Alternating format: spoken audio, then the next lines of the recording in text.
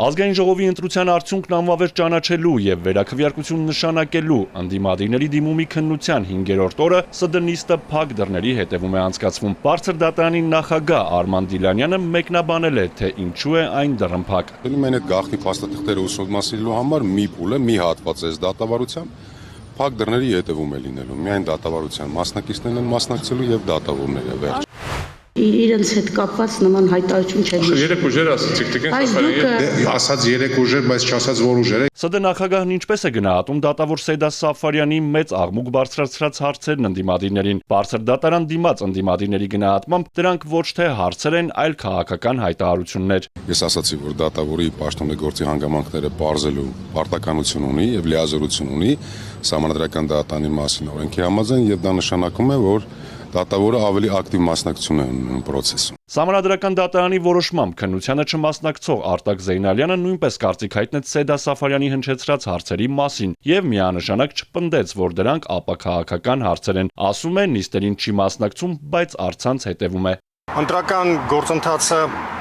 իրավական լինելուց զատ նաեւ քաղաքական է, կամ նույնիսկ հակառակը քաղաքական լինելուց զատ նաեւ իրավական է եւ այդպիսի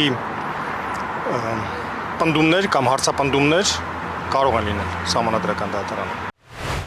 Բարձր դատարանում ընտրության արդյունքը վիճարկելուն զուգահեռ ՔՊ-ն արդեն խորհրդարան է ձևավորում, ազգային ժողովի նախագահ ընտրում ու փոխնախագահների պաշտոններ բաժանում։ Սահմանադրական դատարանում երրորդ կողմի ներկայացուցիչ արդարադատության նախարար Սրփուի Գալյանից լրագրողները հետաքրքրվում են, ինչու թիմակիցները չեն սպասում բարձր դատարանի որոշմանն ու իրավաչափ է արդյոք ՔՊ պաշտոնների բաշխման գործընթացը։ Ընտրությունների արդյունքները վավեր են,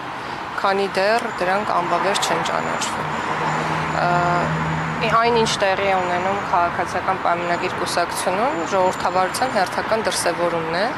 երբ պաշտոնները ոչ թե բաժանվում են, այլ ընտրվում են, այսինքն վարչության անդամների կողմից տեղի է ունենում ընտրության process, ինչը կարծում եմ շատ նորմալ է եւ